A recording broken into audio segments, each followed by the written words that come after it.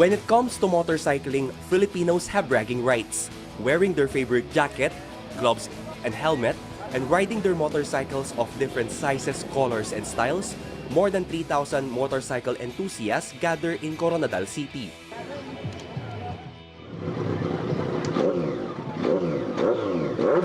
Not only to join their motorcycle festival, definitely not to cause traffic. They're aiming to break the Guinness World Record on 2 categories in motorcycling. The most number of motorcycle engines started simultaneously for a minute. 1, 2, 3, start! And the most number of motorcycle horns sounded simultaneously also for a minute. 1, 2, 3, blow!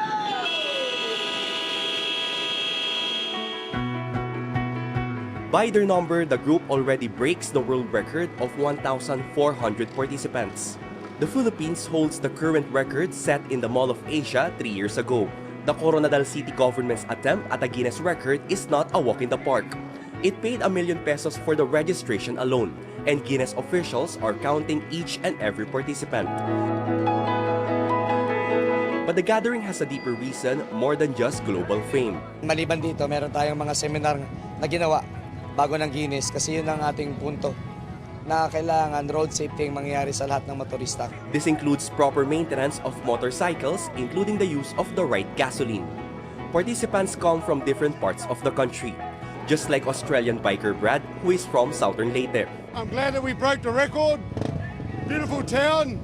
For most bikers, their participation was worth the trip. Oh, mahirap siya, mainit, pero sulit na din. At least parang nakaka-proud. Maganda po. The best.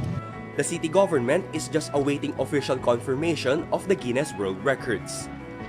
From Coronadal City in South Cotabato, Rex Remitio, CNN Philippines.